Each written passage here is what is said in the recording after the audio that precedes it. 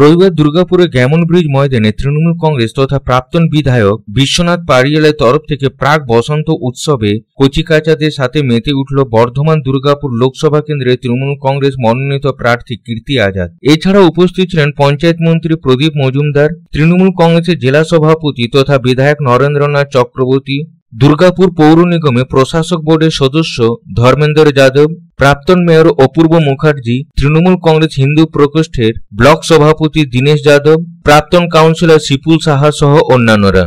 আয়োজিত প্রাক বসন্ত উৎসবে প্রাক্তন মেয়র অপূর্ব মুখার্জির যোগদানে রাজনৈতিক মহলে জল্পনা তুঙ্গে, কারণ দীর্ঘ সময় পর অপূর্ব মুখার্জিকে কোনো অনুষ্ঠানে যোগদান দিতে দেখা যায়। তৃণমূল কর্মী ও প্রাক্তন কাউন্সিলররা উপস্থিত ছিলেন এই প্রাক বসন্ত উৎসবে। ভোটের প্রচার এখনো সেভাবে শুরু না হলেও প্রাক বসন্ত উৎসবে সাংস্কৃতিক অনুষ্ঠানের মাধ্যমে তৃণমূল কংগ্রেস নিজেদের প্রার্থী বিশ্বকাপ জয়ী ক্রিকেটার কীর্তি আজাদকে পরিচিত করিয়ে নিচ্ছেন এলাকার মানুষদের সাথে। এক কথায় বলা চলে ভোটের সাথে পরিচিত করছেন প্রার্থী।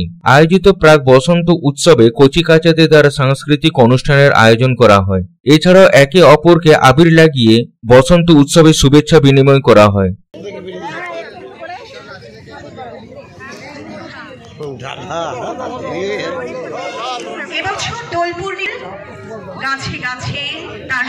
এদিকে 24 মানে 41 বছর আগের যে মানুষটি, এই 41 বছর হয়তো আমার বয়স তখন ছিল 11-12।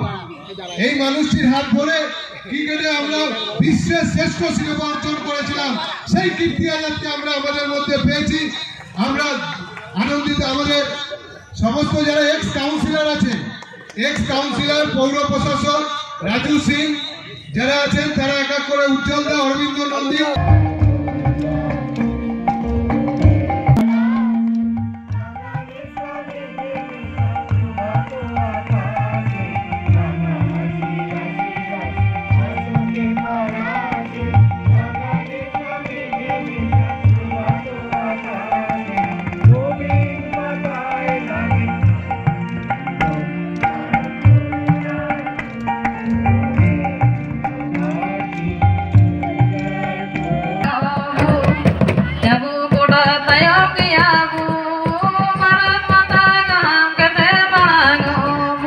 দুর্গাপুর থেকে সাধন রুজের রিপোর্ট, পাবলিক টাইমস।